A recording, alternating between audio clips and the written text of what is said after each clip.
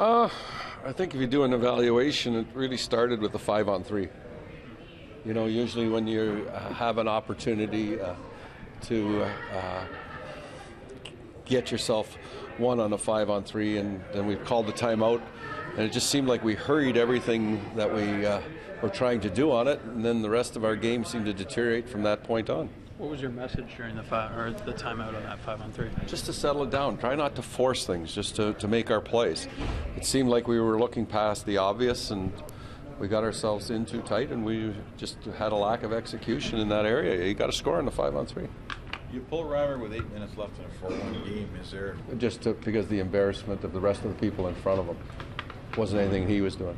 Defensively, at even strength, what's been the issue of late? We're doing a lot of circling right now. We're not engaging in the hockey game from a physical standpoint. And if you watch our defensive zone coverage and some of the situations, we want to circle, and we're not playing in straight lines right now. And that's been the biggest glaring factor from our perspective as a coaching staff. You know, we have things that we'd like to do, and you know, it's the try is there, but the smart or the intelligent try right now wasn't there. So you lose 3 in a row, stuff happens. How do you make sure 3 doesn't turn into 4 and 6? What do you... I don't worry about 4 and 6. I worry about the next one, and that's Pittsburgh. I don't worry about anything past Pittsburgh. Do you ponder a lineup change, possibly, Randy, moving forward? Ponder everything. All right. You had Matt there for a while and took him away. What was it? Oh, Fratton? Yeah. I just didn't think we were getting anything going with the group. The only line, as far as I was concerned, that had any offensive pressure for us tonight was the Bozak line. Is that why Grabowski's ice time was cut a little bit as the game went on? You make the call. Do you find the Jets were clogging up the neutral zone for you guys a lot tonight? Yeah, they clogged it up. They did a good job of puck recoveries. Our forecheck wasn't as strong as it has been for us, but there's some things that we didn't do, and you got to give the opposition credit. They made the plays under some pressure, and they made the right plays, and we made more mistakes than they did. Dion, obviously your leader in ice time. You okay with him standing up for himself in that situation, even though he takes the extra 2?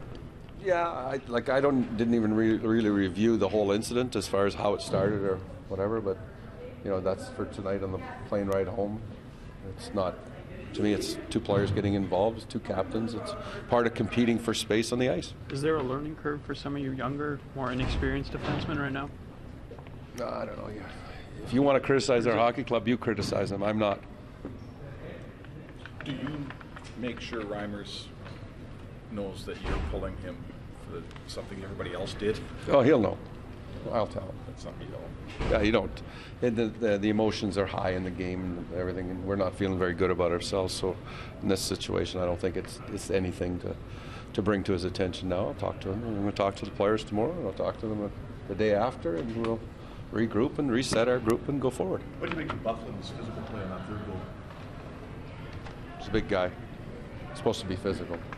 It's a rough game some nights.